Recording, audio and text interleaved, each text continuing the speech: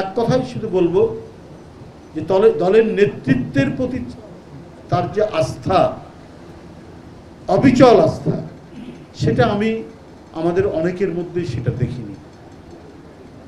Madam প্রধান নেত্রী তিনি কি চান সেই অনুযায়ী কাজ করতে হবে। হরতালের দিন সিলেটে হরতালে কি হচ্ছে, কোথায় কি ঘটনা হচ্ছে, রিজভী ভাই দেখেন ওখানে এই হয়েছে, এই ঘটনা হয়েছে, এই বিষয় হয়েছে, দ্রুত তার এলাকায় কিভাবে হরতাল সম্পাদন হচ্ছে সেটা জানানোর জন্য সে উদ্গ্রীব থাকে। এটাই হচ্ছে তার আন্তরিকতার এবং দলের প্রতি, দলের নেতৃত্বের প্রতি তার আস্থার একটা বড় ধরনের উদাহরণ। যে কাজ করলে নেত্রী খুশি হবে সেই কাজের জন্য সে ব্যাকুল হয়ে থাকবে। এটি চারটিখানি কথা নয়, এটা ছিল তার গভীর ব্যাকুলতা। আমরা তখন টিপাই মুখ বাঁধ ভারতীয় সরকার দেবে এই নিয়ে সারা দেশে একটা হইচই হচ্ছে, বুদ্ধিজীবীরা এর উপর সেমিনার সিম্পোজিয়াম করছেন, বিএনপি করছে, বিএনপি কর্মসূচি নিচ্ছে, কিন্তু টিপাই মুখটা হচ্ছে সিলেট সীমান্তর দিকেই প্রবাহিত যে নদীগুলো সুরমা কুশিয়ারা, তার উজানের দিকে ভারত এই বাঁধটা দিচ্ছে এবং সিলেটে কিছু একটা করতে হবে। প্রথমে সেখানে একটা লং মার্চ হলো, তারপরে আরও কিছু করতে হবে, এটা নিয়েই তার ভাবনা ছিল। অনেকেই বলেন, আমারও বিশ্বাস, এই যে দেশপ্রেমের অংশ হিসেবে তার যে জাতীয়তাবাদী ভূমিকা, এই কারণেই আজকে আমাদের কাছ থেকে সে অদৃশ্য হয়ে গেছে। এটা মিথ্যা নয়, এটা অনেকখানি সত্য। এটা যারা সহ্য করতে পারেনি এবং যাদের প্রতিভূরা বাংলাদেশের তৎকালীন ক্ষমতায় ছিলেন, তাদের যৌথ প্রযোজনায় ইলিয়াস আলীকে আজকে আমাদের কাছ থেকে হারিয়ে যেতে হয়েছে। এখানে অধ্যাপক আমিনুল বলছিল যে রাত্রে আমাকে হাবিবুল ইসলাম সাতক্ষীরার এমপি প্রথম জানালো, আমি তো চমকে উঠি, রাত 11:30 12টার কাছাকাছি হবে। ওর গাড়িতে করে রওনা দিলাম ভাবিদের বাসায়, ইলিয়াস আলীর বাসায়। এই সারা রাত কখনো র্যাবের ডিজির সাথে, কখনো আইজির সাথে, তর্কি খন্দকার কে যেন আইজি, প্রতিনিয়ত কথা হচ্ছে। তা দেখছি, দেখবো, এই সমস্ত বলছে। কিন্তু আমরা তো জানি যে এটা তো আইন শৃঙ্খলা বাহিনীই করেছে। এরপরে যত ঘটনা, যত ধরনের আমরা এর সূত্র পাচ্ছি, মানে যতটুকু খবরের কাগজে আসছে, সেটা তো গভর্নমেন্ট করেছে, সরাসরি সরকার করেছে তার এই সমস্ত ভূমিকার কারণে। এর মধ্যে আরও কিছু কথা আছে যেটা আমি এখানে আর বলতে চাই না, না বলাটাই ভালো। আমার কারো জানি মনে হয়েছে যে সে যাতে না থাকতে পারে, অনেকেরই মধ্যে কোনো প্রচেষ্টা ছিল কিনা, সরকার ছিল, গোয়েন্দা সংস্থা ছিল, অনেকেই ছিল। আমার কাছে যাই হোক, সারা রাত ভাবির বাসায় আমরা আছি, ম্যাডাম বারবার খোঁজ নিচ্ছেন, কিন্তু আর কিছু মানে আমি আর বলতে চাই না সব কিছুই। যেটা হচ্ছে সবচেয়ে বড় ব্যাপার হচ্ছে যে এরপরে ইলিয়াস আলীকে খুঁজে বের করার জন্য যে আন্দোলন, দল সর্বাধিক প্রচেষ্টা চালিয়েছে, সর্বাধিক প্রচেষ্টা চালিয়েছে। একের পর এক হরতাল এবং আন্দোলন বেশ তীব্র মাত্রায় উঠে এসেছিল। আমি কয়েকদিন হরতাল ঘোষণার পরে গ্রেপ্তার হয়ে গেলাম। পার্টি অফিস থেকে নেমে যখন আমি বেরিয়েছি তার কিছুক্ষণ পরেই, এরপরেও চলছিল আন্দোলন। তারপর সমস্ত ঘটনা আপনারা জানেন। তো আমার যে বক্তব্যটি আজকে, ইলিয়াস আলী আমাদের কাছে নেই, চৌধুরী আলম আগেই চলে গেছে। ওদিকে সুমন আমার অত্যন্ত ঘনিষ্ঠ একটি ছেলে ছিল, এই কি বলে তেজগাঁর দিকে বাড়ি, মহাখালী তেজগাঁর সাইডে। ওর বোনরা তুলিরা প্রায় ওদের সাথে কথা হয়, এরা আজকে নেই। ডক্টর ইউনূস সাহেব ক্ষমতায়, ডক্টর ইউনূস সাহেব ক্ষমতায় অনেক বিষয়ে অনেক কথা বলছেন, কিন্তু যে ঘটনাগুলি, যাদের আত্মদান এবং গুম হয়ে যাওয়া, এই যে এত ট্র্যাজেডি, এত বিয়োগান্তক ঘটনা, 15-16 বছর ধরে বাড়িতে বাড়িতে বিএনপি এবং যারা আন্দোলনে ছিল, এদের বাড়িতে বাড়িতে, ঘরে ঘরে কান্নার রোল এখনো থামেনি। এদের আহাজারি এখনো আকাশে বাতাসে ধ্বনিত হয়। এরই মধ্যে দিয়ে পলাতক হয়ে গেলেন ফ্যাসিবাদ অন্তর্বর্তীকালীন সরকার। কারণ গণতন্ত্র ধ্বংস, ভোটাধিকার হরণ, মানুষের কথা বলা যায় না, ভয় ভীতি আমাদেরকে প্রতিনিয়ত প্রতিক্ষণে আমাদেরকে তাড়া করে বেড়াচ্ছে। এর মধ্যে দিয়ে যতটুকু পারা যায় আন্দোলন সংগ্রাম, জেল জুলুম, ক্রসফায়ার, গুম, বিচার বহির্ভূত হত্যা, এই যে ভয়ঙ্কর বিষাক্ত বেড়াজালের মধ্যে সমস্ত জাতীয়তাবাদী শক্তিকে বন্দী করে নিজের রাজ সিংহাসনকে অটুট রাখার জন্য, চিরদিনের জন্য ধরে রাখার জন্য শেখ হাসিনার রক্তাক্ত কর্মসূচি যেভাবে তিনি পালন করে গেছেন, সেটাকে প্রতিহত করে 15 বছর ধরে সমমনা দলগুলো এবং বিএনপির নেতৃত্বের যে এত যে আত্মত্যাগ, এত যে অবদান, তারই ফলশ্রুতিতে ছাত্র জনতা গত বছর জুলাই আগস্টে আমরা সাফল্যমণ্ডিত হই শেখ হাসিনাকে তাড়াতে। তো এগুলো কি শুধুই বৃথা? আজকে অন্তর্বর্তীকালীন সরকার তারা ক্ষমতায় আছে যে 60 লক্ষ মামলা আমাদের নেতাকর্মীদের নামে।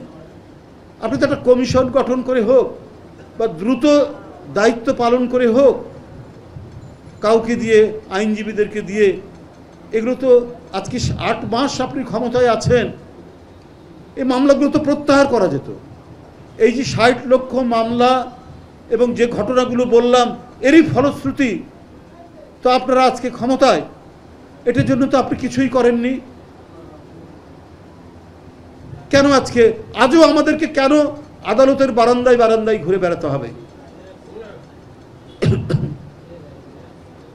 সরকার একবারই কাজ করছে না আমি সেটা বলবো না, হয়তো কিছু করছেন, কিন্তু যে ভোটাধিকারের জন্য আমাদের 15-16 বছরের সংগ্রাম, সেই ভোটাধিকার কেন বিলম্বিত হচ্ছে? সেটা নিয়ে কেন এত কথা হচ্ছে? কেন নির্বাচন এবং ভোটাধিকারের বিকল্প হিসেবে সংস্কারকে দাঁড় করাচ্ছে? সংস্কার কেন ভোটাধিকার আর গণতন্ত্রের বিকল্প হবে, নির্বাচনের বিকল্প হবে? আমরা ভোট নির্বাচন এবং ভোট প্রয়োগের কথা বললে আপনার সরকার আরও কিছু কথা সেগুলোকে বিকল্প এনে দাঁড় করছেন। তো গণতন্ত্র মানেই তো নির্বাচন, গণতন্ত্র মানেই তো হচ্ছে ন্যায় বিচার। তো সেগুলো কি করছে? প্রয়োজনীয় সংস্কার তো বিএনপিও তো বলেছে বারবার। আপনি বিভিন্ন কমিশন গঠন করেছেন, তারপরে সেগুলো নিয়ে আলাপ আলোচনা চলছে, আমাদের রাজনৈতিক দলগুলোর সাথেও বৈঠক হচ্ছে, বৈঠকও তো শেষ পর্যায়ে জানি। কিন্তু এই ডিসেম্বর জুনের এক ধরনের দোলনার মধ্যে কেন দুলছে বাংলাদেশের নির্বাচনী ওয়াদা?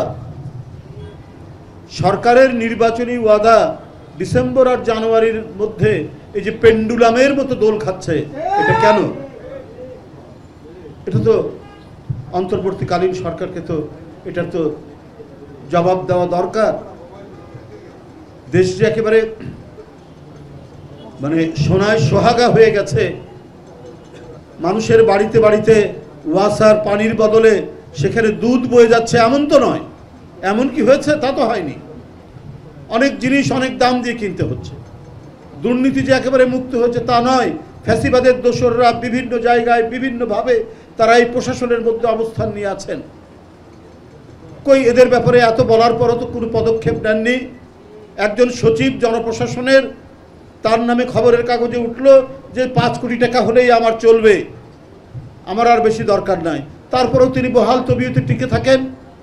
এবং আমরা জানতে পারি যে বিএনপির সাথে সম্পর্কযুক্ত বা বিএনপির পরিবারের যদি কেউ প্রশাসনের কোথাও থাকে, তাকে কোনো গুরুত্বপূর্ণ জায়গায় তাকে বসানো হয় না, বা এর মধ্যে দিলে পরেও তাকে সরিয়ে দেওয়া হয়। তার মানে কোনো একটা এজেন্ডা এবং পরিকল্পিত নকশার মধ্যে দিয়ে কি এই সরকার চলছে? এটাই তো আজকে মানুষের কাছে সবচেয়ে বড় প্রশ্ন। এই কারণেই তো আজকে এত ধোঁয়াশা তৈরি হচ্ছে। সুতরাং জনগণের সাথে ছলাকলা করলে এটা কিন্তু এর প্রতিক্রিয়া ভালো হয় না। এটা কখনোই ভালো প্রতিক্রিয়া হতে পারে না। দেশকে এমন খুব ভালো চলছে, আজকে পলিটেকনিকের ছেলেরা রেল লাইন অবরোধ করছে। আমরা এর আগে কখনো শুনিনি যে কোনো ইনস্টিটিউশনের ছেলেরা তারা তাদের ইনস্টিটিউশনে স্ট্রাইক করে, তাদের দাবি দেওয়া নিয়ে আন্দোলন করে, রেল লাইন অবরোধ, আর যে পলিটেকনিকের সামনে রেল লাইন নাই সেইখানে তারা সড়ক অবরোধ করবে।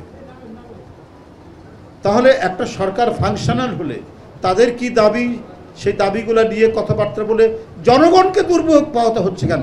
কালকে 3.5 ঘন্টা লেগেছে এই পার্টি অফিস থেকে আমার বাসায় যেতে, যেখানে 30 মিনিট লাগার কথা না।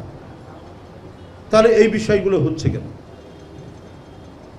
এইটা কোনো মানে সরকার এইভাবে পরিচালিত হয় না।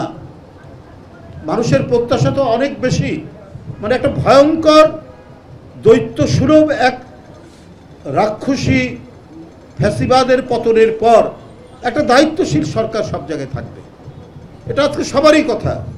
যে ডিসিকে বলে এখানে বৈষম্য বিরোধী ছেলেরা আমাদেরকে এইটা বলে গেছে, এখানে বৈষম্য বিরোধী ছেলেরা বলেছে এই কাজ করা যাবে, এই কাজ করা যাবে না। এটা তো একটা ফাংশনাল গভর্নমেন্ট হতে পারে না। সরকার জবাবদেহি হবে যদি পার্লামেন্ট নাই জনগণের সেন্টিমেন্টের কাছে।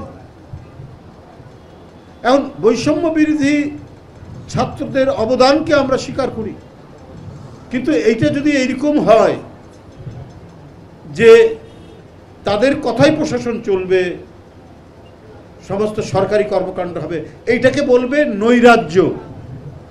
এটা যে দেশে নৈরাজ্য চলে সেই দেশে এটা এই ধরনের ঘটনা হয়। এই নৈরাজ্য কেন হবে? কেউ হয়তো অবশ্যই রাজনৈতিক দলগুলো প্রশাসনের সাথে কথা বলতে হয়, কাজ করতে হয়, যেতে হয়।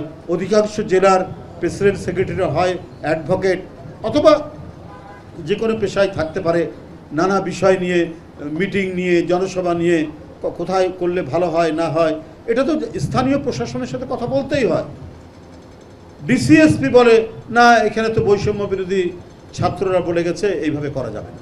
আরে তাহলে আপনার জনপ্রশাসন কেন? আপনাদের সাথে, আপনাদের ক্লায়েন্ট হচ্ছে রাজনৈতিক দলগুলো। রাজনৈতিক দলগুলোর সাথে আপনাদের আলাপ আলোচনা হবে, কথাবার্তা হবে, তারা রাজনৈতিক কর্মসূচি পালন করবে। আপনারা শান্তি শৃঙ্খলার জন্য রাজনৈতিক দলগুলোর সাথেও আপনারা কথা বলবেন যে দেখেন এই এই জায়গায় সমস্যা হচ্ছে, আপনারা দেখেন।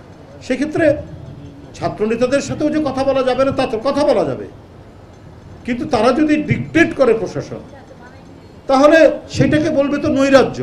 এটা হবে কেন? এটা তো হওয়ার কথা নয়। আমি শুনি যে প্রতিটা মিনিস্ট্রিতে নাকি বলে একটা করে কমিটি আছে। তো এই যে 15-16 বছরের আন্দোলন, আমরা তো চেয়েছি একটা অবাধ সুষ্ঠু নির্বাচন, আমরা চেয়েছি আমাদের ভোটাধিকার নিশ্চিত করা, আমরা চেয়েছি আইনের শাসন নিশ্চিত করা। আমি যদি আজকে কোনো বিপদে পড়ি আমি আদালতে গিয়ে ন্যায় বিচার পাবো, এটাই হচ্ছে একটা গণতান্ত্রিক সমাজ, এটাই হচ্ছে একটা গণতান্ত্রিক রীতি। আমরা সেইটার জন্য সংগ্রাম করেছি।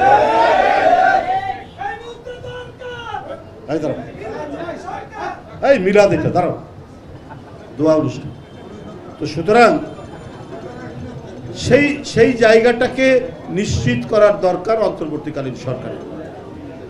যাই হোক, আজকে যার জন্য এই আয়োজন আমি আর কথা বাড়াতে চাই না।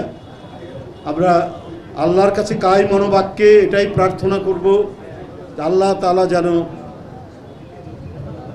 আমাদের প্রিয় নেতা ইলিয়াস আলীকে আমাদের কাছে যারা যেখানেই গুম করে রেখেছে তাদের কাছ থেকে উদ্ধার করে তার পরিবারের কাছে, দলের কাছে যেন ফিরিয়ে দেয়, এটাই হচ্ছে আমাদের প্রার্থনা। আজও এত দিন হয়ে গেল, 8 মাস, যে কথাটি লুনা ভাবি বলেছেন, নির্বাচন আপনার এই গুম কমিশন নাকি গঠন করা হয়েছিল না, তো কী কার্যক্রম করছে? তো আমরা যে কথাগুলো বলেছি সে কথাগুলো তো মিথ্যা বলা হয়নি। তাহলে এই সরকারের জাতীয় আন্তর্জাতিকভাবে একটা তো আন্দোলন গড়ে তোলা দরকার ছিল। কোথায় ইলিয়াস আলী, কোথায় চৌধুরী আলম, কোথায় সাইফুল ইসলাম হিরু, কোথায় হুমায়ুন কবির পারভেজ, কোথায় সুমন, কোথায় জাকির, এরা কোথায় দিনার? তাহলে এদেরকে ফিরিয়ে নেওয়ার ব্যাপারে সরকারের আপনারা কি দায়িত্ব পালন করেছে আপনারা বলুন। আর এটা যে সত্যি, এটা যে সরকার যে করেছে তার প্রমাণ হাসিনার পতনের পর আয়না ঘর থেকে আমরা কি বলে যে ওই ব্যারিস্টার কি যেন নাম, আরে কাসিম আরমান, ব্যারিস্টার আরমানকে ফিরে আসতে দেখলাম। ব্রিগেডিয়ার আজমিকে ফিরে আসতে দেখলাম। আমরা ভারত থেকে আমরা সালাউদ্দিন সাহেব আমাদের স্ট্যান্ডিং কমিটির মেম্বার, সে ফিরে আসলো। তার মানে সালাউদ্দিনকে গুম করে ভারতে পাঠানোর ব্যাপারে শেখ হাসিনার অবদান ছিল, শেখ হাসিনাই সেটা করেছে। তাহলে এই সমস্ত বিষয়গুলোকে আপনার তো এগুলোই নিশ্চিত করতে হবে যে বাংলাদেশে যেন আর এই অমানবিক দৃশ্যের খেলা জনগণকে যাতে দেখতে না হয়।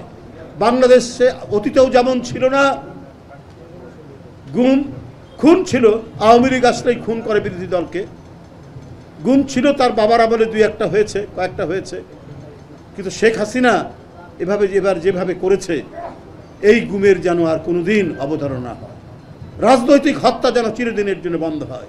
সেই সমস্ত কাজগুলো আপনারা কিছুটা উদ্যোগ নিয়ে দেখান, যাতে অবাধ সুষ্ঠু নির্বাচনে যারাই ক্ষমতা আসবে তারা সেই পথ ধরেই কাজ করবে। আপনাদের সকলকে ধন্যবাদ। খোদা হাফেজ।